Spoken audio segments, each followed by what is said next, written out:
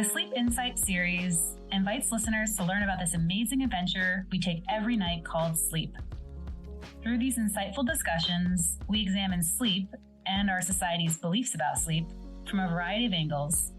We hope you'll learn some cool new facts and analogies that you can use to help us raise awareness about this underappreciated 1/3 of our lives. Welcome to Project Sleep's podcast. Project Sleep is a 501c3 nonprofit organization dedicated to raising awareness and advocating for sleep health, sleep equity, and sleep disorders. I'm your host, Julie Flygar. We're so glad you're here as we work together towards making sleep cool. On this podcast, all guests express their own opinions. While medical diagnoses and treatment options are discussed for educational purposes, this information should not be taken as medical advice. Each person's experience is so unique, which is why it's so important to always consult your own medical team when making decisions about your own health. If you haven't done so yet, please hit the subscribe button so you never miss a Project Sleep podcast episode. And if you enjoy this podcast, please leave us a rating or review wherever you listen so that we can reach more listeners and raise more awareness. Hello, everybody. Thank you so much for being here today. We're excited to have folks tuning in as we are talking about sleep health in the LGBTQ plus community. My name is Lauren. I use she, her pronouns, and I am a cisgender white woman. I have identified as queer since I was about 16, and I am the programs manager with Project Sleep. I'm so excited to be here with our fabulous guests. Real quick, let's go around, and if everybody could just introduce yourselves, say your name, your pronouns, if you have a sleep disorder. So Edgar, you want to start us off? Hi everyone, I'm Edgar. I use he, they pronouns, and I was diagnosed with obstructive sleep apnea about 7 years ago. Hi everyone, I'm Al. I use they, he pronouns, and I was diagnosed in 2017 with narcolepsy type 1. Hi, I'm Benny. I'm 21 years old, and I'm a transgender man. I was diagnosed with narcolepsy a few years ago, but have been suffering with it for more than half my life. Hi, everyone. I'm Sean. I'm a transgender woman. I use she, her pronouns, and I do not have a diagnosed sleep disorder. Hi, everyone. I'm Elizabeth Wilson. I use she, her pronouns because I grew up in a time where there was no choice, and it just and I identify as queer, and I have had narcolepsy with cataplexy my whole life. Unfortunately, I was undiagnosed until the age of 38. Okay, so why are we here today? So sleep health, we know it is critical for overall health. So mental, emotional, and long-term physical health, it's really foundational. So what we're seeing in some research is that there are unique social and life experiences that affect sleep health for people in the LGBTQ plus community. And these can lead to actual health disparities, which are differences in sleep health for queer and trans people that are not based on biological factors, but actually on social factors. So your life experiences and, discrimination, et cetera. And at Project Sleep, we can't emphasize urgently enough that sleep disparities are a direct contributor to overall health disparities. So this is a really important topic for our community. But I haven't seen much about it outside of academic journals. If you Google LGBTQ plus sleep health, not much comes up outside of research. So, and I have a background in public health. I've been working with folks in the LGBTQ plus community for a long time. Talking about social determinants of health is my love language, but I had never, ever heard anything about this until starting to do research for it for Project Sleep's sleep equity initiatives. So I'm really grateful to be having this discussion with this fantastic panel. And I'd really like to ask y'all, have you made connections before between your sleep and your identity? And whoever wants to start off, Edgar. Yeah, so one of the discoveries that I made with sleep apnea and in the gay community, so I identify as a gay cisgender male, was there is kind of an identity tie between, I think, the gay bear community and sleep apnea. There's actual jokes about it where if you're a gay bear, there's a really good chance that you're going to have a CPAP machine. So I was laughing because they know, they probably have seen it before. But I didn't know that it was so prevalent until I myself started sharing with my friends. And not necessarily that there's a huge correlation, but it's something that I noticed that sometimes burlier, big boned men tend to have maybe a rougher time breathing or snoring. And I automatically just saw this sleeping disorder within that light. And while it's funny, I also didn't see much education around it. I didn't see much conversation around it. People treat it as a joke. So it's been up to me little by little with my friends to tell them, like, you can joke all you want, but you want to make sure that you're taking care of yourself. But that's been one of the things that I think really tie into the gay bear identity that I've been noticing. So that's one of the few things. Yeah, and someday, Edgar, we're gonna have a whole discussion with you and other folks about sleep apnea and helping folks with treatment for sleep apnea in the gay bear community. I think that's gonna be awesome. All right, to anybody else? I can say, like, I never put two and two together about my sleep health, even and my identity, even though, like, I know there are things that dramatically impacted my sleep. So because of my identity and experiences I had. So yeah, this was all new to me too. I personally, like, it's hard for me to say exactly how being queer and having a sleep disorder has affected me, but I've definitely noticed a sleep health disparity in a lot of my younger queer friends, because I do, like, given that my narcolepsy is so, like, prevalent, I do sort in some ways have an upper hand in that I do have a sleep doctor, and I am very aware of what impacts my sleep health. But I'll talk about, like, my symptoms, and I'll have a lot of, like, friends or peers who are queer be like, oh yeah, I, like, get really tired during the day, or I have really vivid dreams that stop me from sleeping. And it's like, well, the difference is you're going to bed at 3 a.m, or you don't have a regular work schedule, or you're not, like, taking care of your body properly. But I think the health disparity that queer people in general experience does, of course, tie into sleep. And a lot of queer people who aren't getting the medical help that they need in general also aren't learning about how their sleep impacts their health and what they can and should be doing to improve their sleep. Absolutely. I think that's what this whole discussion is about. Thank you. I just wanted to add to what Benny was saying. It just occurred to me, as I'm thinking about how does my identity impact my sleep health and the fact that I have narcolepsy with cataplexy. But something you said, Benny, just reminded me, just a basic thing is queer people, there is like, our overall health is impacted by our identity. We don't always have the same general health resources. I mean, it was a long time before I felt comfortable talking about being gay to just a general practitioner. So we already have a disparity in just overall health. It's going to be worse in the sleep community. Yeah, so it goes both ways. So our mental and emotional health affect our sleep, and our sleep affect our mental and emotional health. And if you're already, like, behind the 8 ball on those, experiencing other barriers. So yes. Yeah. Yeah, absolutely. Al or Sean, did you ever? Yeah, Al. And like a number of things came to mind, some of them being, like, me personally, I feel like in order to have, like, really quality sleep, part of that is feeling safe in getting sleep, like not just sleeping from exhaustion, but feeling safe enough to get quality sleep.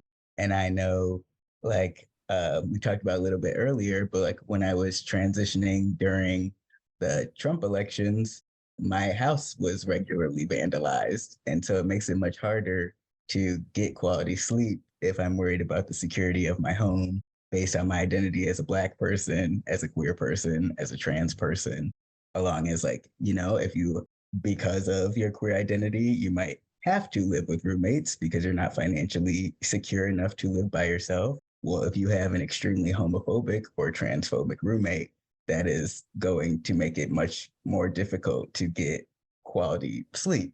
And thing that Benny had mentioned, something that also came to mind is like when folks think about other things to help with sleep, something that comes to mind is like regular exercising.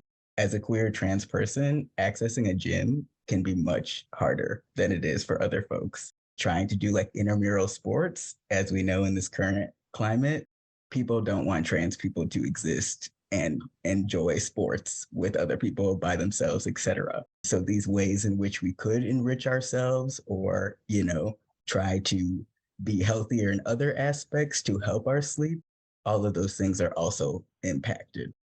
Yeah, I think that there's so many people who don't understand the way that access affects all aspects of your life. And for trans people, there are ways that I think are invisible that people don't know about unless they are really taking the time to educate themselves and talk with people.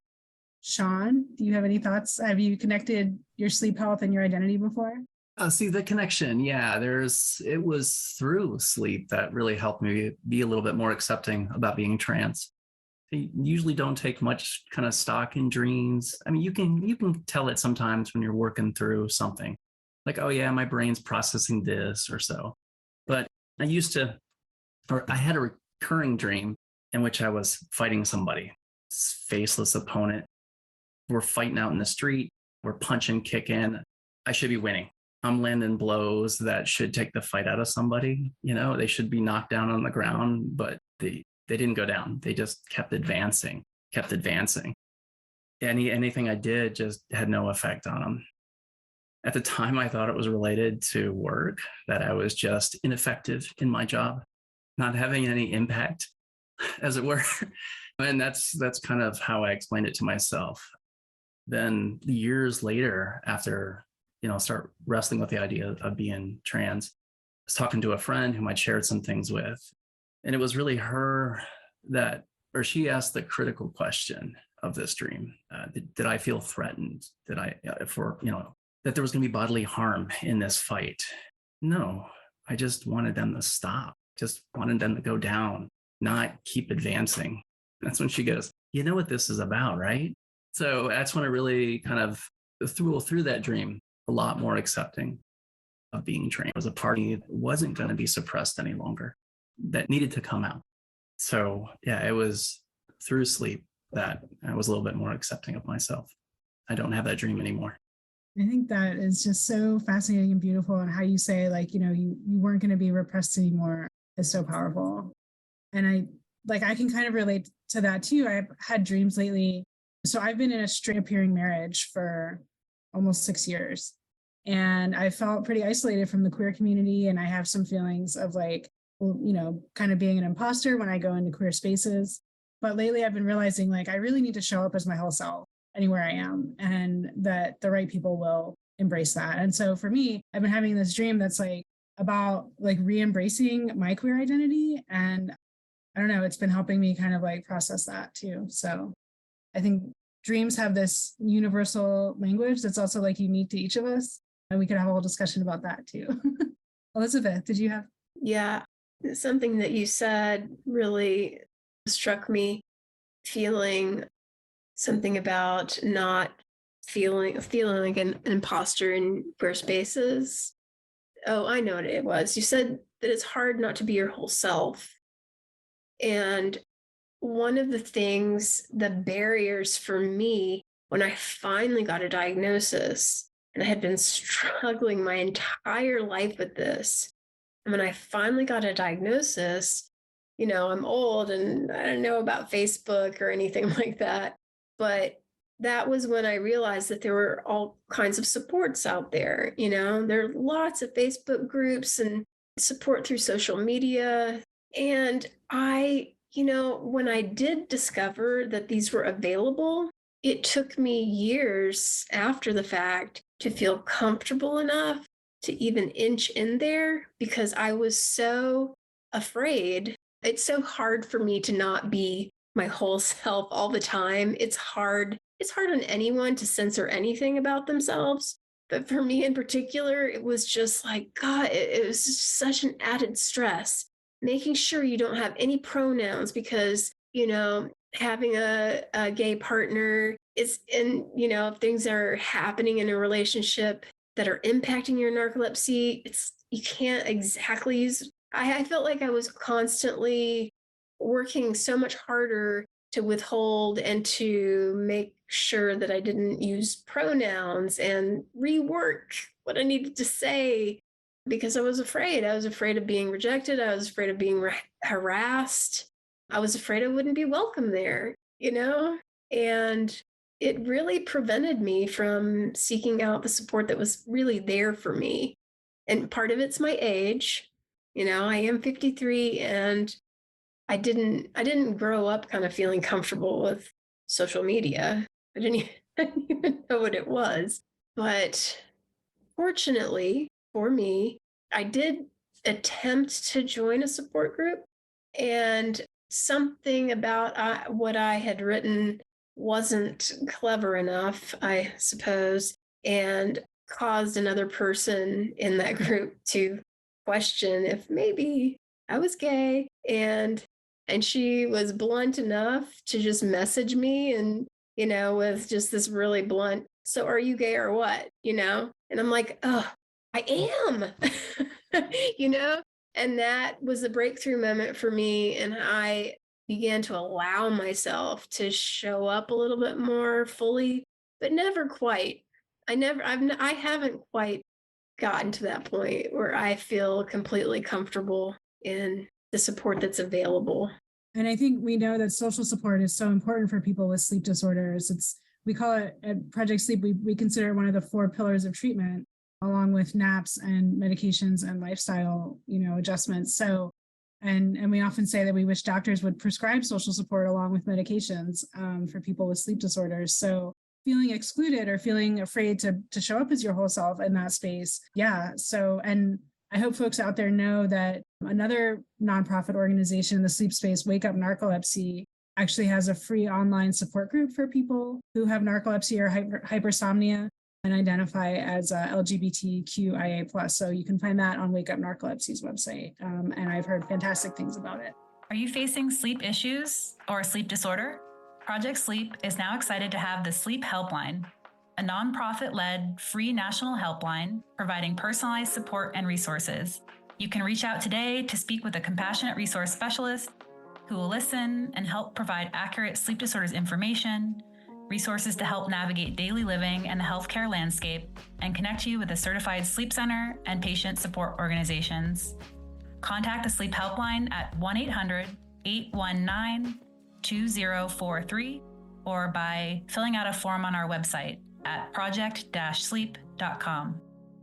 All right, so I'm interested to know from everybody, are there any particular events or time periods in your life when your sleep was especially impacted for reasons connected to your identity? My diagnosis came in later. I should have been diagnosed when I was a teenager, but I was in my late 20s when I got diagnosed. So I was in my late 20s. I was recently single. And for a lot of queer people, our safe spaces, our most fun spaces happen at night.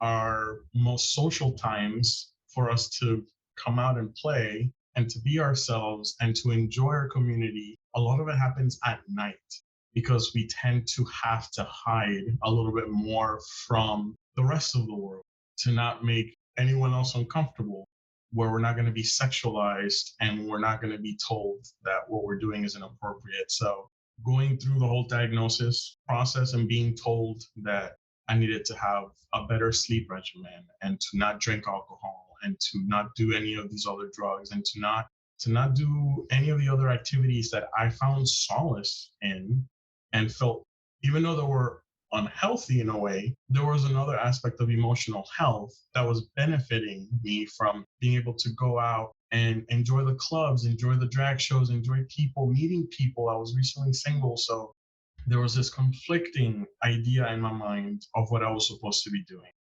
And I was living on my own. I was very privileged to have been able to have a good job and be able to live on my own, but I was isolated. So I didn't have that immediate support, somebody like a roommate or a sibling or family.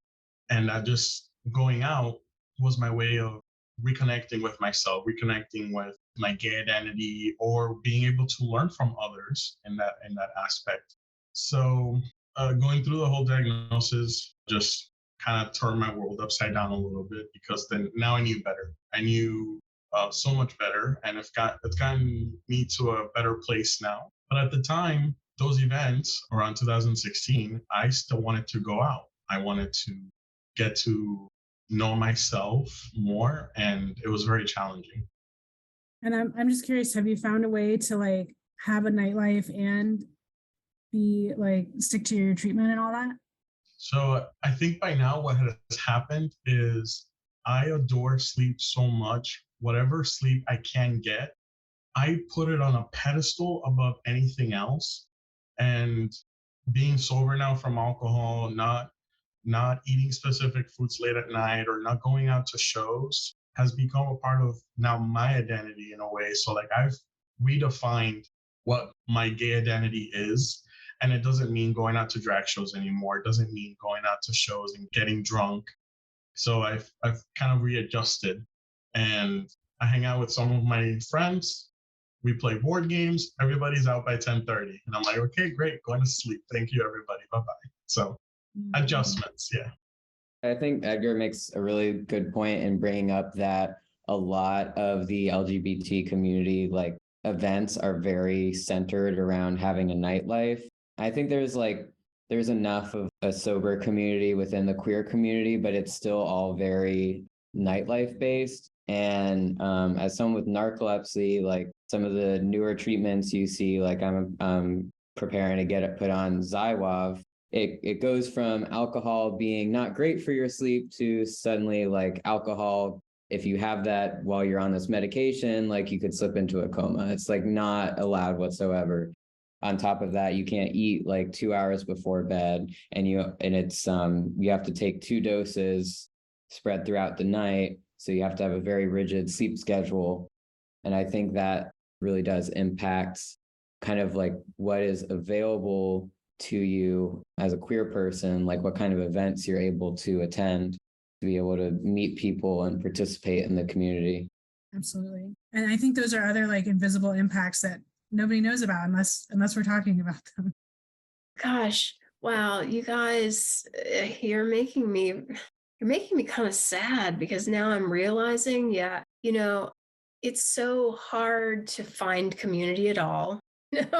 Gay, straight, whatever. I think it's harder for the queer community, and just in general. We all need a sense of community, and I've been incredibly isolated just where I live in the mountains of North Carolina, just not even factoring in my queer identity or my experience with chronic health issues and narcolepsy with cataplexy. So, Edgar, when you were talking about how part of being able to live your full self and be in queer spaces means there are certain types of spaces that are available and that are safe. But for me personally, none of those spaces will ever be safe. And I'm one of those people who like have too much stimulation. I'm going to have cataplexy for sure, and being out in a bar, because even if I'm not drinking, which I don't generally, it's just not a safe space for me.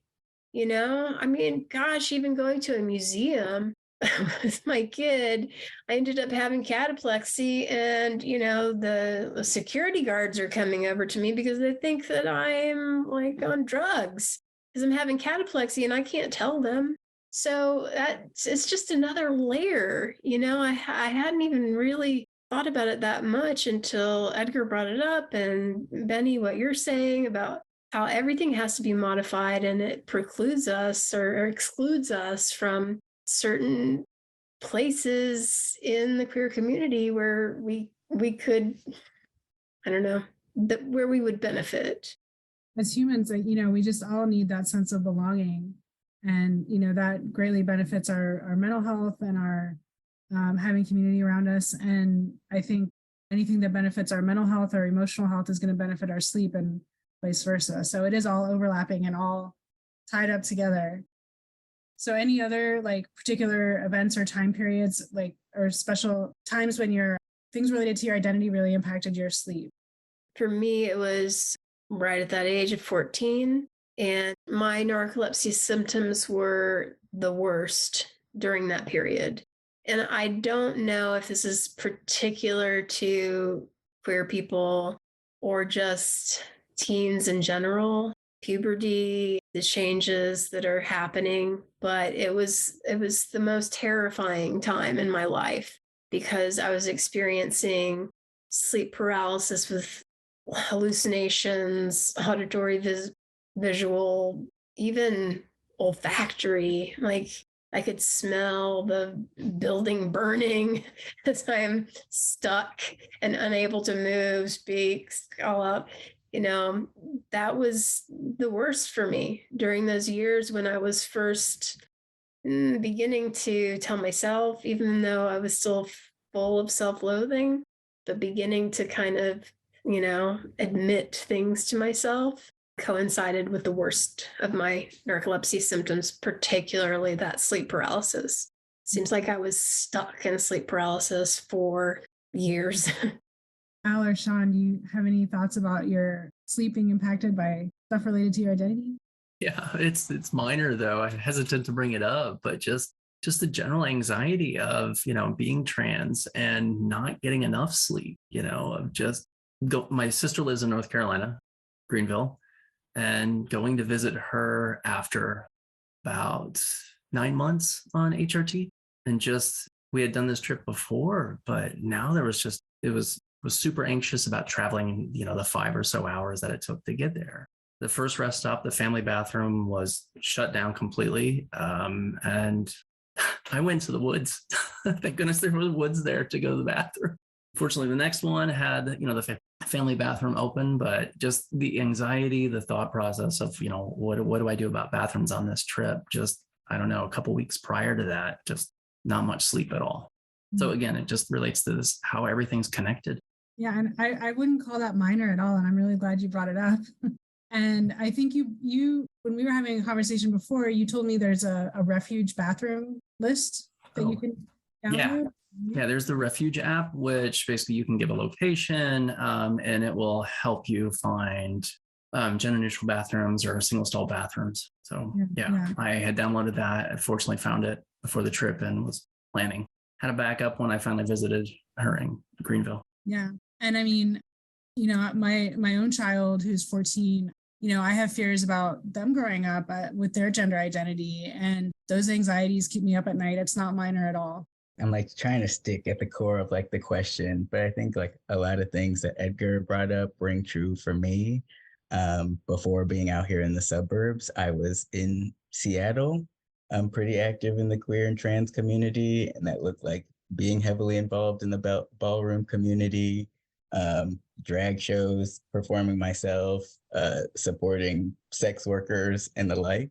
And I think for like, when I think about like my friends and my people, I know that it's, again, like I'm more concerned about making $1 so I can pay rent and have a place to sleep than I am necessarily thinking about sleep right now. And I know a lot of queer folks who rely on stimulants because they're working multiple jobs, whether that's during the day or they're also doing it at night. And because of that, sleep health is not at all something that is on their radar. And I also know, like, even separate of the sleep, as a queer person going to the doctors will make your queer identity the problem of all your health concerns rather than looking at all the other, things that actually play into that. And I just think about how for so many doctors I have gone to, it has always been like Benny was saying, like, this medication, you have to do it this way. And so the idea has always been like, if you really care about your sleep and your health, you will not do these things in order to take these medications, rather than looking at it as how do we find medications, right? And like things that will help people in the lifestyle that they have. Because at the end of the day, if I know that this is something that I'm going to do, I know if I have bad sleep, but I also know I'm an alcoholic, I'm not going to be able to just stop drinking just to take this medication. But what I am going to need is a doctor who's going to work with me to find a medication or a sleep regimen or something that is actually going to help me with the lifestyle that I have.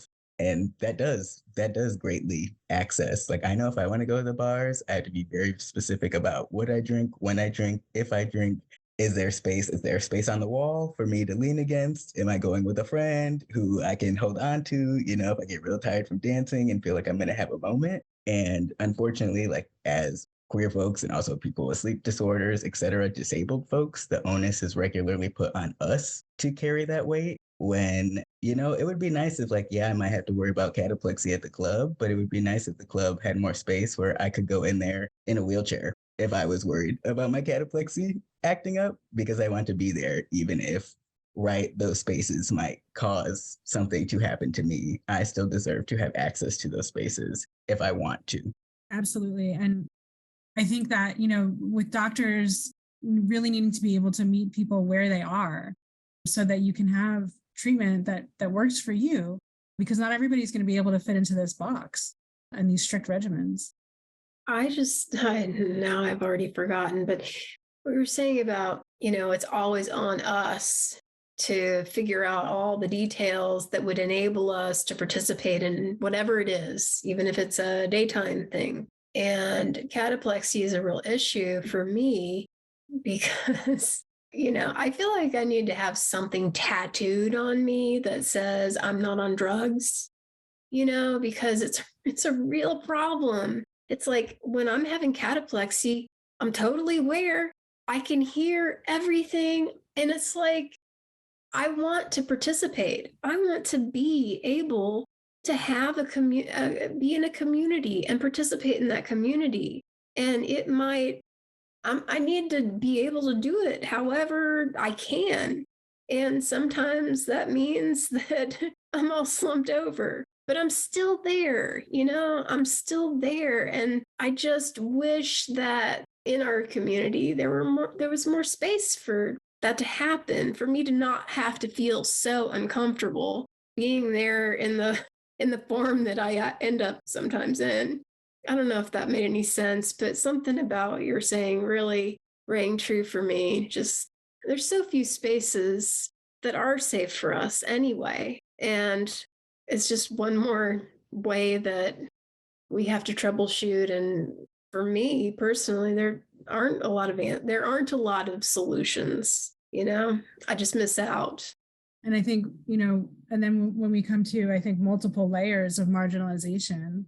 So having narcolepsy, as which many people would consider, I think, a disability, and having to deal with cataplexy in public spaces, and then other issues related to gender identity, race, ethnicity, ability, all of those things. So just having those conversations about how multiple layers of marginalization are really affecting access for people and people's experience. And I think, these are things that a lot of these things I think can be addressed at like a systems level, right? Like, so we're talking about putting burden on the individual, but there are a lot of things that can help us.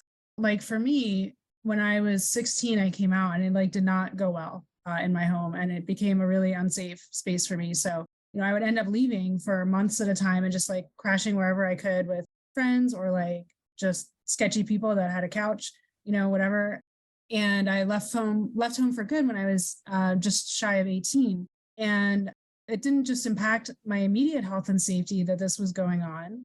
It impacted my educational trajectory and my ability to stabilize myself long term, because I was just going from crisis to crisis, as a lifestyle. It took a long time to pull out of that.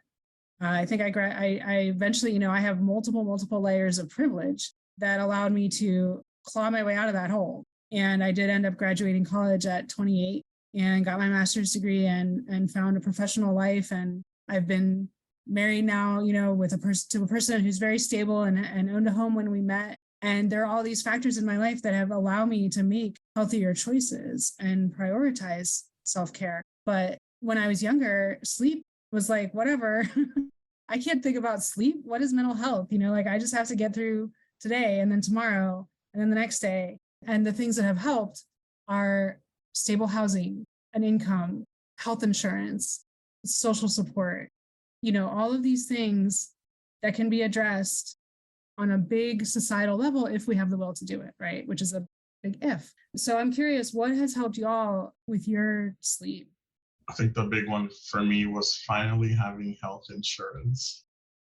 So I was undocumented. So I'm an immigrant. I was undocumented for over a decade here in the United States, and I think that's why I went undiagnosed for so long. As a teenager, I was snoring way too much. I was waking up with headaches.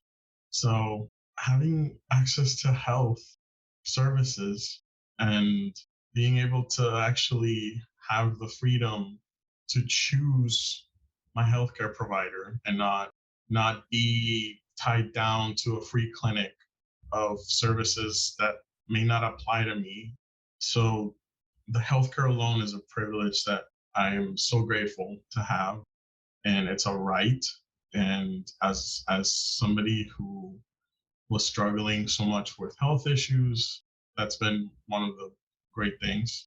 I know it can be better. Healthcare in this country can be better. It should be better. We deserve better. I think the US spends the most money on healthcare, yet there's not much to show for it in comparison to other countries. And that and the support of my partner, he knows firsthand what it's like to sleep next to someone who has sleep apnea. And if that mask moves ever so slightly and I stop breathing in the middle of the night, that's my guardian angel. That's been a very incredible, I think, blessing in my life to have somebody next to me, to sleep next to someone and know that I'm going to be okay, that I'm not going to wake up in pain. I'm not going to wake up with muscle aches from not getting enough oxygen. So that's two of the things I'm really grateful for. Well, it just is making me want to ask a question. Do all of you have access to health insurance? Does anyone not? I currently have health insurance, but at the times I didn't, it was hell. I can say Yeah. that. Well, for me, I have SSDI and Medicare with that. And it's, although I do have this health insurance, there are certain medications that were really helpful to me that I was able to get thanks to NORD, the National Organization for Rare Disorders. They used to have a lot of funding for narcolepsy, and I was able to get this medication that was helpful for me, that's super expensive, through their copay assistance program. And in the past few years, it's not available. Or if it is available, it will only get you through a few months. And to me, it is much better to not have it at all than to have it for a little bit and then have it jerked away from you.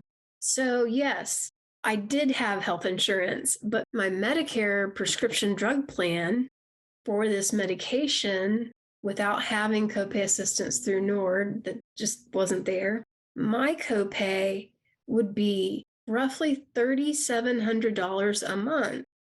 So yeah, I had Medicare, but it wasn't going to allow me to have medication that was most helpful to me.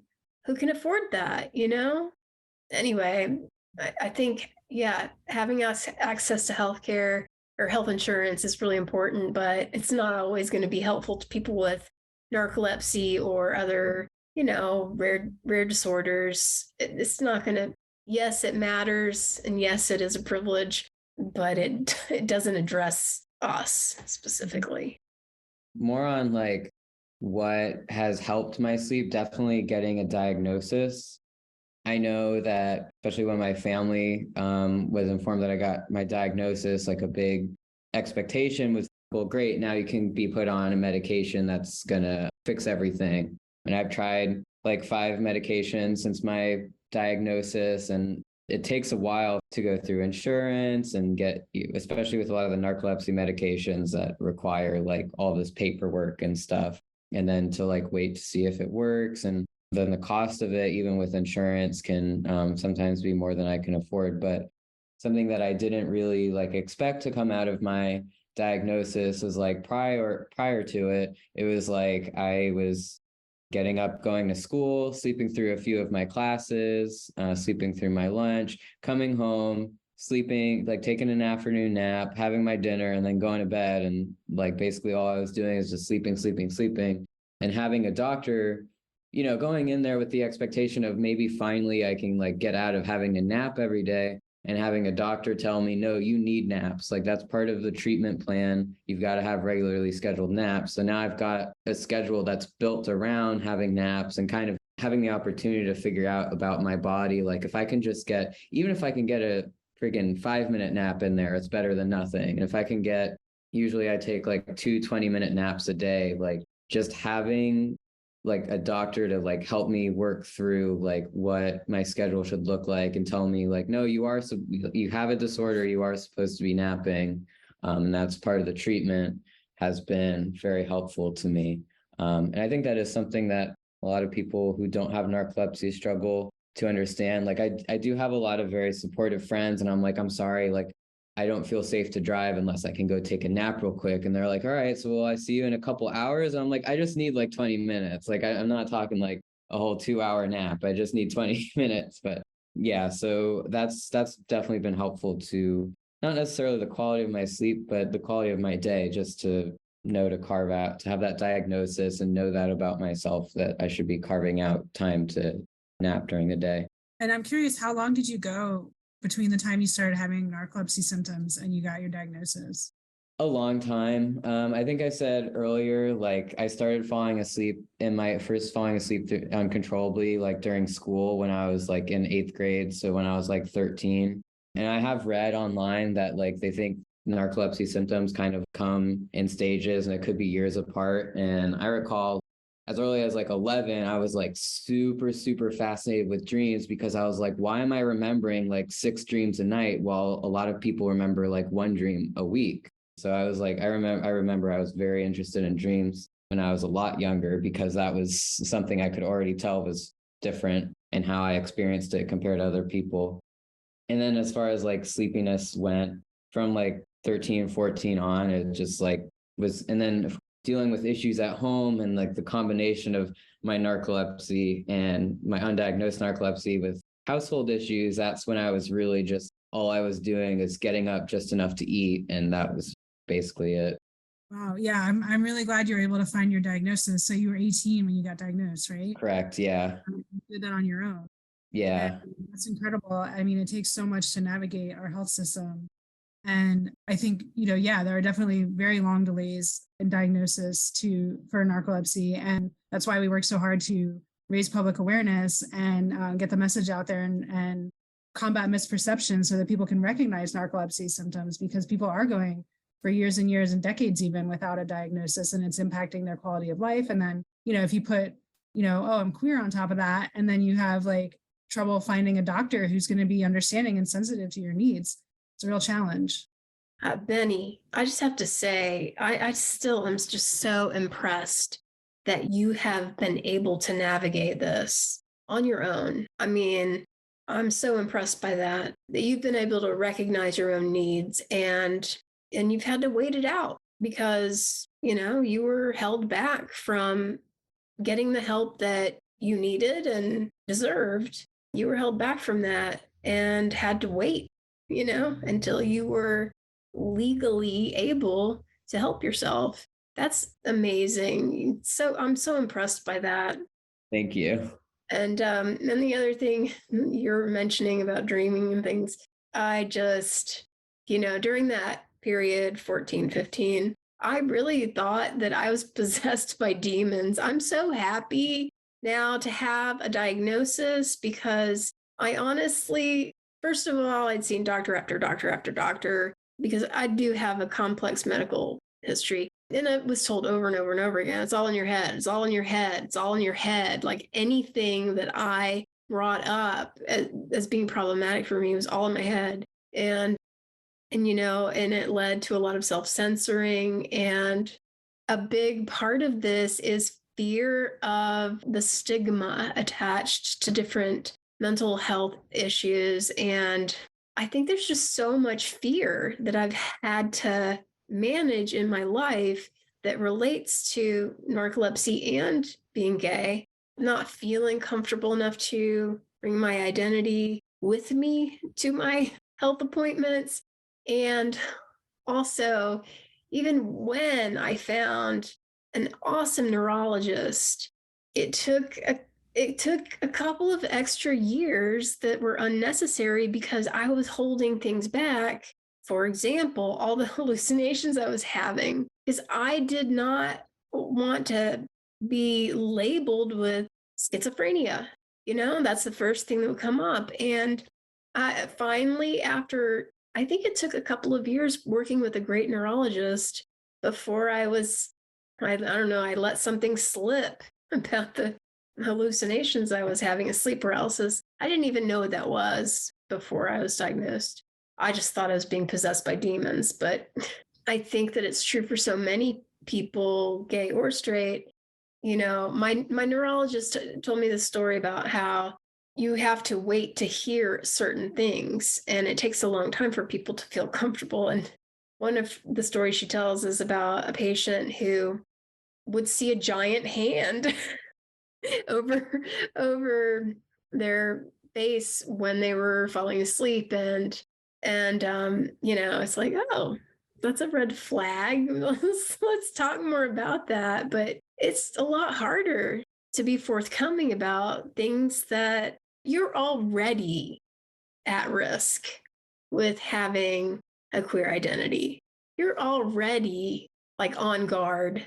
You're already censoring yourself. And then you're also censoring things that could potentially lead to a diagnosis. I think I'm talking in circles now. I'm gonna stop. No, I think your point is very well taken, that there's a lot of inhibition there. I'm being honest with healthcare providers. I'm curious for trans folks here, like, how do you experience that?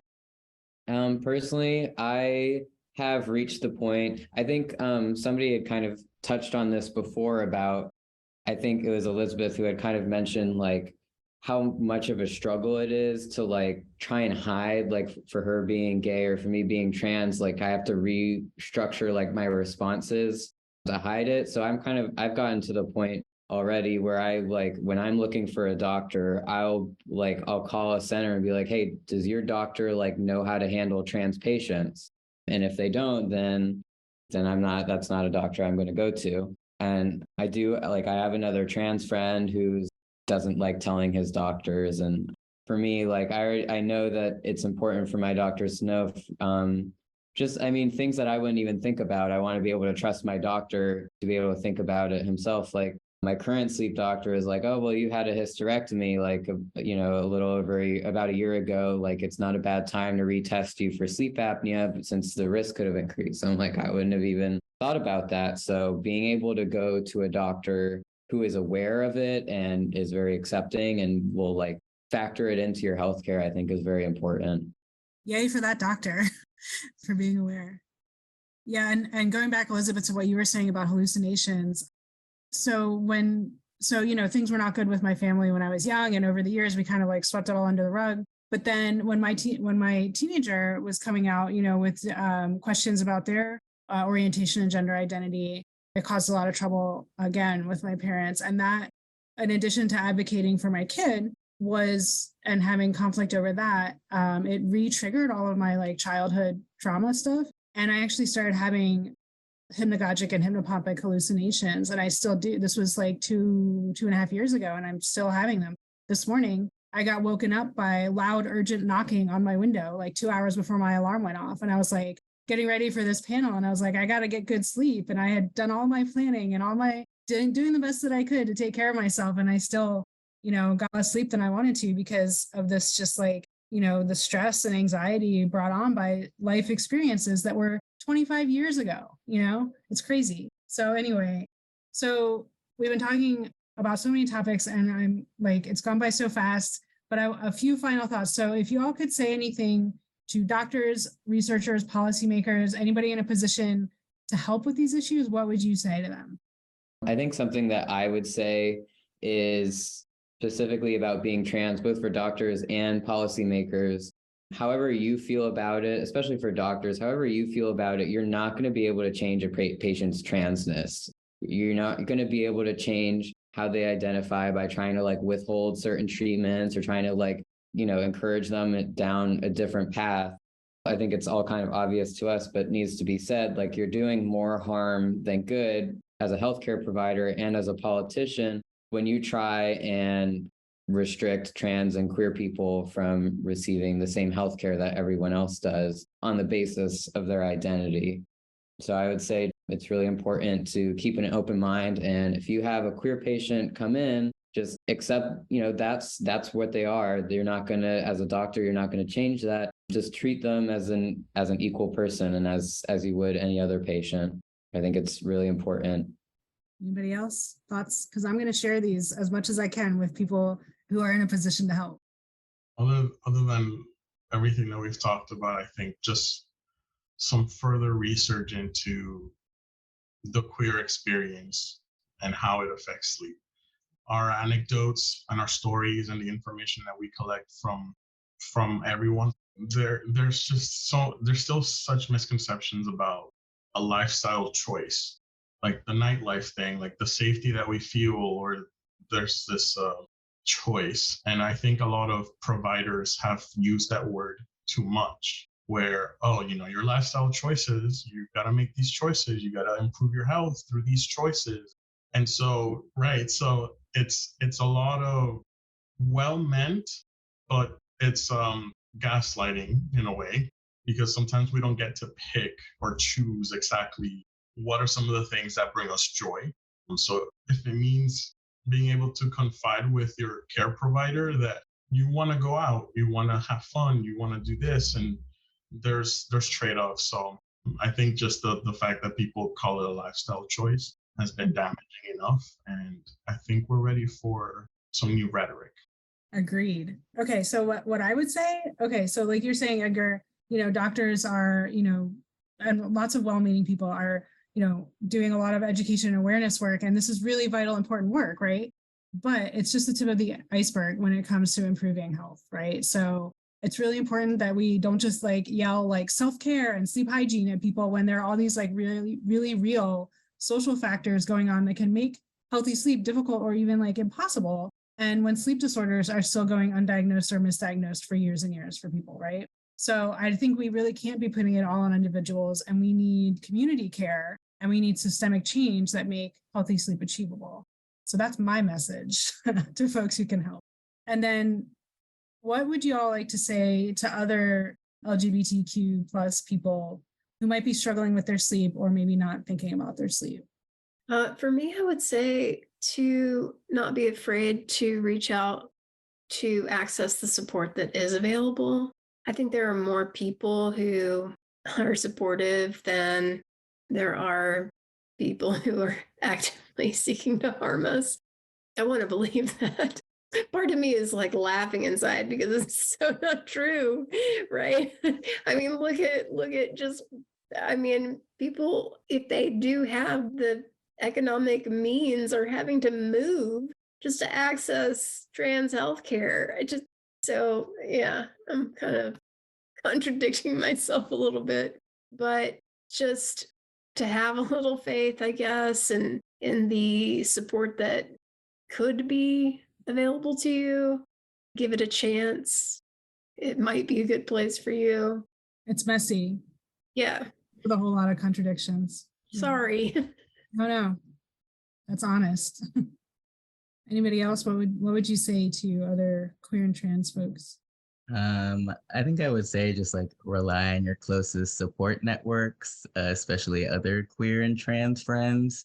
I think for me, those communities, those people were essential to helping me build my chosen family. And a part of that is building a chosen life, a life that feels worth living and feels better to me. And that's not easy to do alone. And it's really easy, especially right now, to socially isolate or feel isolated.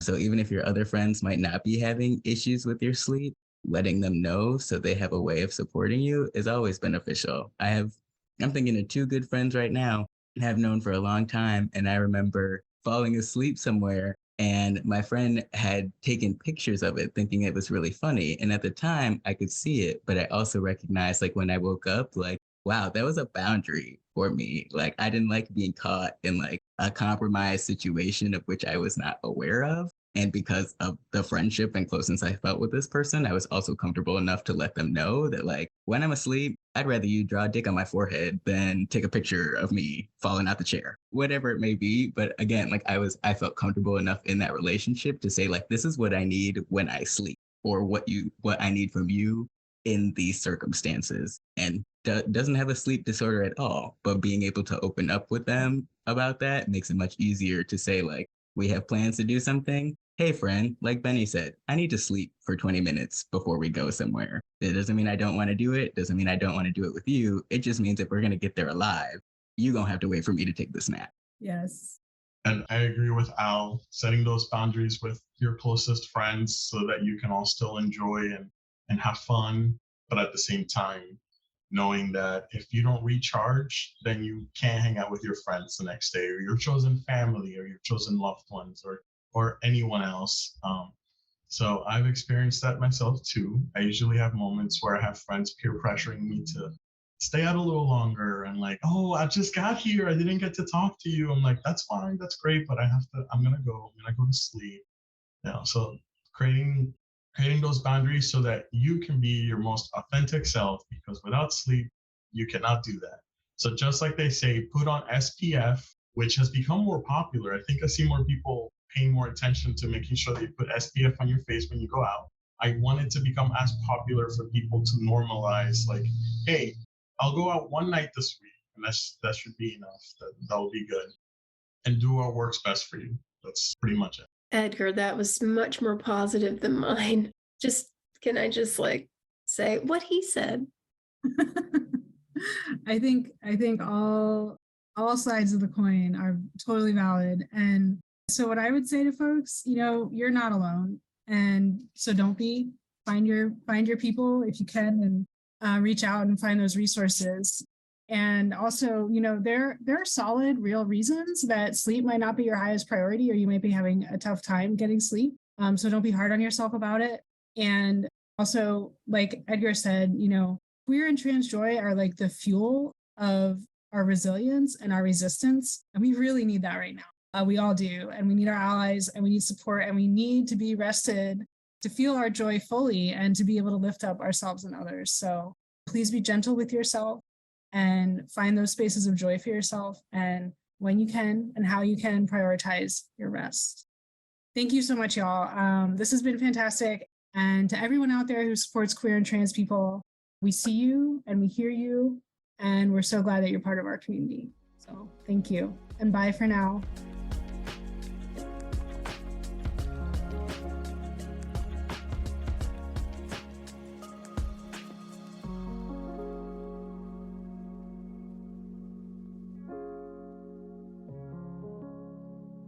The Project Sleep podcast is produced by Carver Sound Productions. For more information on podcast production services, visit carversoundproductions.com.